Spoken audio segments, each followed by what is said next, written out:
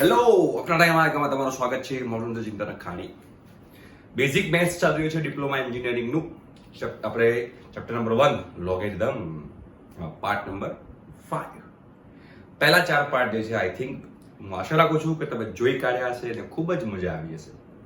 આજે આ લોગેરિધમનો છેલ્લો પાર્ટ છે, પાર્ટ નંબર 5. એમાં આપણે 5 સારા એક્ઝામ્પલ જે છે આપણે અહીંયા સોલ્વ કરશું અને અગત્યનો topic solve the equation. Solve the equation એટલે કે x ની વેલ્યુ આપણે કઈ રીતે ફાઇન્ડ કરવી, એ ખૂબ જ ઇમ્પોર્ટન્ટ છે. એટલે કે જે આ 3 એક્ઝામ્પલ જે છે ને, 3 એક્ઝામ્પલ 1 2 3, આ 3 એક્ઝામ્પલ ખૂબ જ ઇમ્પોર્ટન્ટ છે. આ ટાઈપના એક્ઝામ્પલ આવે તો કેવી રીતે ગણવાના અને શું શું ધ્યાનમાં રાખવું ને, એ ખૂબ જ અગત્યનું છે. તો આજનો લેક્ચર આમાં તમારા ચાન્સીસ છે કે આ બેઝ ઉપર એક્ઝામ્પલ તમારા એક્ઝામમાં પૂછાય અને તમે જો નાની ભૂલ કરશો તો તમારો જવાબ ખોટો પડશે. એટલે પ્લીઝ ધ્યાનથી સમજી લેજો, બરોબર? તો પહેલું છે log x plus log x minus 5 is equal to 6. log x plus log x minus 5 is equal to 6 છે અને કીધું છે solve the equation. solve the equation નો મતલબ થાય x ની વેલ્યુ ફાઇન્ડ કરો. x ખોવાઈ ગયું છે, શોધી લાવો. તો આપણે શોધવા જવાનું ટોર્ચ લઈને આની. તો તમે જો આ બંનેનો આધાર કોઈ આપે છે? ના, આધાર નથી આપ્યો. એનો મતલબ કે બંનેનો આધાર સરખો છે, બંનેના પપ્પા સેમ છે, બંને ભાઈઓ છે. તો હવે બંનેનો ગુણાકાર થઈ શકે. તો ફટાફટ બંનેનો આપણે ગુણાકાર કરીએ તો શું થશે? તો હવે થશે log x, બરોબર છે? log x અને ગુણ્યા અહીંયા થઈ જશે x minus 5 is equal to 6, right? આવું થઈ શકે, બરોબર છે? હવે તમે આગળ જાઓ તો તમારે આગળ શું કરવાનું? ખૂબ જ ઈઝી છે. હવે તો એકદમ ઈઝી થઈ ગયું. તમારે શું કરવાનું ચેક કરો. ચલો ફટાફટ. તો તમે જોશો ને તો હવે આપણે અહીંયા આગળ હવે શું કરવું જોઈએ? તો તમે આની અંદર ગુણાકાર કરવો જોઈએ. કરો ગુણાકાર યાર. તો તમે આને ગુણાકાર કરશો તો શું થશે ભાઈ? તો ભાઈ log અહીંયા log 6 છે. અહીંયા ક્વેશ્ચનમાં log 6 છે, એવું રાખી દઈએ, બરોબર? log 6 છે. તો અહીંયા કરો ગુણાકાર. તો તમે જોશો શું થશે ભાઈ? x² minus 5x હશે બરાબર log 6. આવું થાય કે ના થાય? બિલકુલ આવું થાય. કોઈ શંકાને સ્થાન જ નથી, આવું જ થાય. હવે જોશો તો બંને પાસે તમે log કેન્સલ કરી શકો. તો બંને પાસે તમે log કેન્સલ કરી શકો તો x² minus 5x minus 6 બરાબર 0. હવે આ તો થઈ ગયું શું થયું? ક્વોડ્રેટિક ઇક્વેશન થયું, એટલે કે દ્વિઘાત સમીકરણ થયું. તો આ દ્વિઘાત સમીકરણ આપણને સોલ્વ કરતા આવડવું જોઈએ અને ભાગ પાડતા આવડવા જોઈએ. ધોરણ 10 માં આવી ગયું છે. 3 દુ 6 ભાગ પડશે, 6 એકા 6 ભાગ પડશે. તો ભાઈ આમાં 6 એકા 6 ભાગ કરવા પડે કેમ કે અહીંયા આગળ માઈનસ છે. તો આપણે અહીંયા શું કરશું ભાઈ? x² minus 6x plus x minus 6 બરાબર 0. તો અહીંયા x કોમન નીકળશે. તો x minus 6 plus 1 અહીંયા આગળ x minus 6 બરાબર 0. તમે જોશો તો શું બન્યું ભાઈ? અહીંયા આગળ x plus 1 બન્યું, x minus 6 બન્યું બરાબર 0. એટલે કે x ની વેલ્યુ તો -1 આવી અને x ની વેલ્યુ બરાબર 6 આવી, બરાબર? તો હવે અહીંયા પહોંચ્યા પછી સૌથી અગત્યની વસ્તુ અહીંયા આગળ તમારો એક્ઝામ્પલ પતી નથી જતો. જે x ની વેલ્યુ આપી છે એ x ની વેલ્યુને જે રકમ જે છે એટલે કે જે આપણો ડેટા જે છે એમાં મૂકીને ચેક કરવાનું. તો જો x બરાબર -1 મૂકો તો તમે x બરાબર -1 મૂકશો અહીંયા આગળ તો log ની અંદર માઈનસ બચશે, બરાબર? અને આ x બરાબર -1 આની અંદર મૂકશો તો log ની અંદર -6 થશે. હવે log ની જે વ્યાખ્યા હતી એ વ્યાખ્યા શું કહેતી હતી? ભાઈ વ્યાખ્યાઓ કહેતી હતી કે log n આધાર a માં જે આ n જે છે એ પોઝિટિવ રિયલ નંબર હોવો જોઈએ. શીટ. તો જે આપણી શરત જે છે એ x નું મૂલ્ય -1 લેવાથી, x ની વેલ્યુ -1 લેવાથી અને આમાં મૂકવાથી આપણી જે log ની જે હતી શરત, એ શરતનું તોડ દિયા, મેરા વાદા તોડ દિયા, નહીં ચલેગા. મતલબ કે x ની વેલ્યુ -1 લઈ શકાશે નહીં. તો x બરાબર 6 મૂકીને ચેક કરો. ચલો x બરાબર 6 મૂકો તો log 6 વ્યાખ્યાયિત છે અને log અહીંયા 6 - 5 log 1 એ પણ વ્યાખ્યાયિત છે. એનો મતલબ એમ થયો કે log 6 એટલે કે x ની વેલ્યુ 6 આપણે લઈ શકશું. તો આપણો ફાઇનલ આન્સર શું આવશે? તો ફાઇનલ આન્સર આવ્યો ભાઈ x બરાબર 6. આ આપણો ફાઇનલ આન્સર થયો. ઘણા લોકો શું કરતા હોય છે કે x બરાબર -1 પણ આન્સરમાં મૂકે અને x બરાબર 6 પણ આન્સર મૂકે તો ત્યાં dawapoint.com થઈ જાય. અને dawapoint.com થયા પછી જે પેપર ચેક કરતો હોય ને બાકી ખોટો છે એમ કહીને તમારા માર્ક્સ કપાઈ જાય. એટલે મેં કીધું હતું કે આ જે એક્ઝામ્પલ જે છે ને એ ખૂબ જ ઇમ્પોર્ટન્ટ એક્ઝામ્પલ છે. તમારે સમજવાના એક્ઝામ્પલ છે તો તમને આ ખબર પડશે. ચલો હવે સેમ ટુ સેમ બીજો એક્ઝામ્પલ ના જેવો જ છે. જો તમારે x ની વેલ્યુ ફાઇન્ડ કરવાની છે, ચેક કરો તમે x ની વેલ્યુ કઈ રીતે ફાઇન્ડ કરશો. પહેલા મેં જે ફાઇન્ડ કરી હતી એવી જ રીતે તમારે ફાઇન્ડ કરવાની છે. એમાં કોઈ બહુ મોટું રોકેટ સાયન્સ નથી મારા પહેલા વિદ્યાર્થી ભાઈ બહેનો. તો જો અહીંયા log x plus 5 આધાર 2 plus log x minus 2 આધાર 2. હવે બંનેના આધાર સરખા છે, બંનેના બેઝ સરખા છે. બેઝ સરખા હોય તો ગુણાકાર થઈ જાય. તો એનો મતલબ માં શું લખાશે અહીંયા આગળ? તો કે ભાઈ log x plus 5 ગુણ્યા x minus 2 Aadhaar 2 is equal to 3. Right? હવે મારે log કાઢવું હોય તો 2 કે જાય, 2 આવા જાય અને 2 એવા જાય 2 raised to 3 લખાય. શું લખાય? 2 raised to 3. તો એ શું લખાશે ભાઈ? તો ભાઈ x plus 5 into x minus 2 બરાબર 2 raised to 3 લખાય. બરાબર? કનું પછી લખી કરો બ્રેકેટ ઓપન, ભૂકા બોલાવી દો. તો x squared minus 2x plus 5x minus 10 બરાબર 8. તો અહીંયા x squared minus 2x plus 5 શું થાય? તો ભાઈ plus 3x minus 18 બરાબર 0. જો હવે 6 તરી 18 ભાગ પડશે પાછા. ચલો 18 ભાગ પાડો. x squared plus 6x minus 3x minus 18 બરાબર 0. x કોમન તો x plus 6 minus 3 common, x plus 6 બરાબર 0. એટલે કે x minus 3 x plus 6 બરાબર 0. એટલે કે x ની વેલ્યુ 3 અને x ની વેલ્યુ minus 6. ચલો બંને વાળા પરથી મૂકીને ચેક કરો. x ની વેલ્યુ 3 મૂકો તો અહીંયા મૂકો. આપેલી રકમ, આપેલી રકમમાં, આપેલી રકમ આ છે તો x ની વેલ્યુ 3 મૂકો આની અંદર. 3 + 5 8 અને 3 - 2 1. મતલબ કે x ની વેલ્યુ 3 લેવાથી બંને log ડિફાઇન છે. આપણો જે નિયમ જે છે, આપણો જે રૂલ જે છે તૂટતો નથી. હવે x બરાબર -6 મૂકીને ચેક કરો. તો x બરાબર તો -6 અહીંયા મૂકશો તો -6 + 5 -1 થશે. તો log ની અંદર માઈનસ ના ચાલે. અહીંયા -6 મૂકો, -6 -2 -8 ના ચાલે. મતલબ કે -6 મૂકવાથી log જે છે એ ડિફાઇન થતો નથી. આપણી શરતનું શું થાય છે ભાઈ? બ્રેક થાય છે.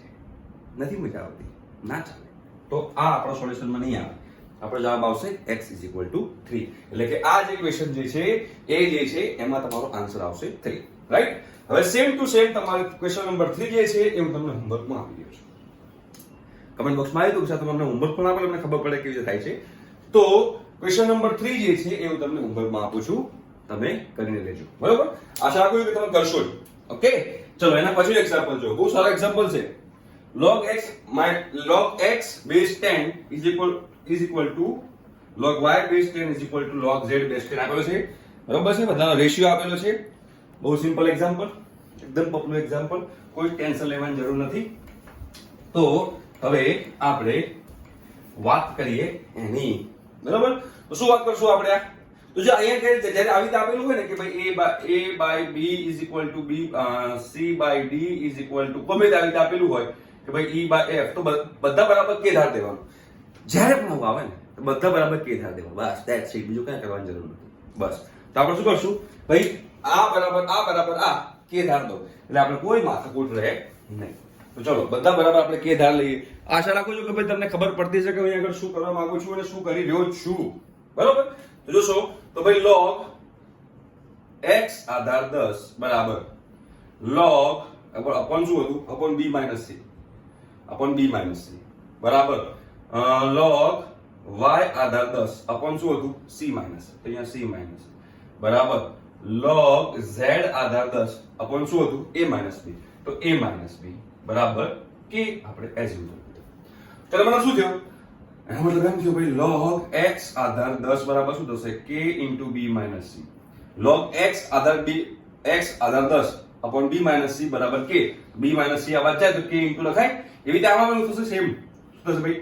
log y Aadhaar 10 base 10 is equal to k * c - a. log z base 10 is equal to k * a - b. બરોબર, આટલું આપણને ખબર પડી ગઈ. હવે ચાલો આગળ શું કરશું? આ તો ફસાઈ ગયા. પણ સાબિત જે કરવાનું છે ને તમે જુઓ. સાબિત કરવાનું શું લખ્યું છે ભાઈ? x y z એટલે કે x y અને z નો ગુણાકાર. x y અને z નો ગુણાકાર કેવો થાય? જ્યારે આ ત્રણે ત્રણ સરવાળામાં હોય ત્યારે. જો log x આધાર 10 log y base 10 log z base 10 ત્રણનો સરવાળો કરીએ, બધાના પપ્પા સેમ છે તો ગુણાકાર થઈ જ નથી. સાચી વાત? ખોટી વાત? તો પછી એનો મતલબ એમ થયો કે આપણે આ ઇક્વેશન નંબર 1 લઈ લઈએ, આ ઇક્વેશન નંબર 2 લઈ લઈએ, આ ઇક્વેશન નંબર 3 લઈ લઈએ અને 1 2 3 નો આપણે કરી નાખીએ સરવાળો, એડિશન કરી નાખો. તો શું લખાશે અહીંયા આગળ? log x base 10 plus log y base 10 plus log z base 10 is equal to અહીંયા બધાનો સરવાળો તો k બ્રેકેટમાં b - c plus c - a plus a - b b minus c plus c minus a plus a minus b. જો બધું ઉડી જશે. એનો મતલબ શું થયો? તો એનો મતલબ એમ થયો કે log x આધાર 10 પ્લસ log y આધાર 10 પ્લસ log z આધાર 10 બરાબર શું થયું? બરાબર 0. કેમ કે આ તો 0 into k 0 થશે. હવે 0 0 થઈ ગયું. બોલો હવે શું કરવું જોઈએ? તો હવે તો 3 નો ગુણાકાર થાય. જો તો આ 3 નો ગુણાકાર કરો શું થશે ભાઈ? તો log x y z Aadhaar 10 is equal to 0. તો x y z is equal to 10 raised to 0. 10 raised to 0 થાય અને 10 raised to 0 1 છે. તો મતલબ x y z is equal to 1.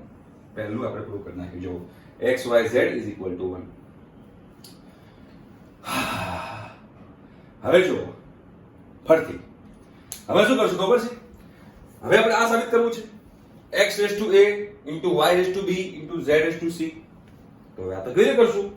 જો મતલબ કે x નો પાવર a જોઈએ છે, x નો પાવર a જોઈએ છે, y નો પાવર b જોઈએ છે અને c નો પાવર શું જોઈએ છે? આપણે z નો પાવર c જોઈએ છે. તો શું કરીશ ખબર? આ ઇક્વેશન 1 છે ને, તો બંને બાજુ હું a વડે મલ્ટીપ્લાય કરી દઈશ. બંને બાજુ a વડે, અહીંયા બંને બાજુ b વડે મલ્ટીપ્લાય કરી દઉં. જો અને બંને બાજુ c વડે મલ્ટીપ્લાય કરી દઉં. કરેક્ટ ના કરે? બિલકુલ કરેક્ટ કેમ ના કરે? બંને બાજુ c મલ્ટીપ્લાય કરી નાખ્યું. તો હવે એનો મતલબ શું થયો? તો એનો મતલબ એમ થયો કે ભાઈ આ a જે છે એ ક્યાં આવે? તો આના પાવરમાં આવે કે ના આવે? તો આ a ને હટાવી નાખી દઉં છું અહીંયા આગળ, આ b ને હટાવી નાખી દઉં અહીંયા આગળ અને c ને હટાવી નાખી દઉં અહીંયા આગળ. થઈ ગયું સેમ. હવે અગેન પાછું શું કરવાનું? તો અગેન પાછું ઇક્વેશન 1 2 3 નો એડિશન કરવાનું. તો તમારું એડિશન કરશો એટલે x raised to a અહીંયા આવશે, y raised to b આવશે, z raised to c આવશે. રાઈટ? અને બધા જો કે a k b k c છે એટલે તમે જોશો ને તો હવે અંદર k માં શું આવશે?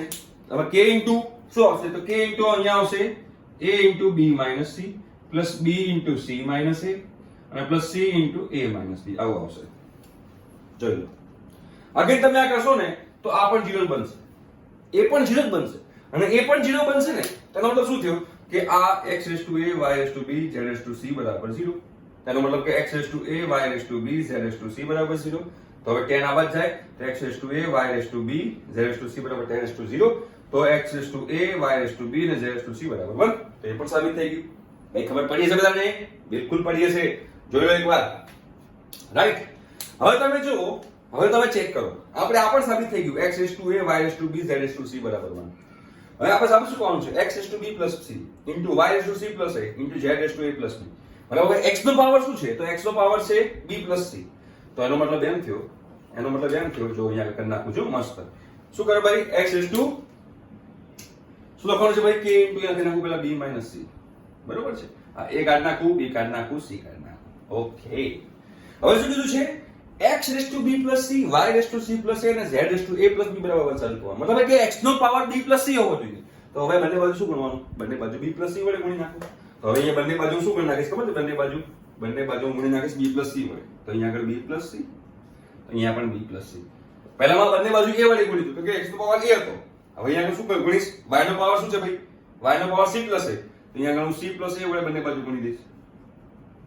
અને અહીંયા શું ગુણીશ ભાઈ? a plus b. તો અહીંયા હું a plus b ગુણી નાખીશ બંને બાજુ.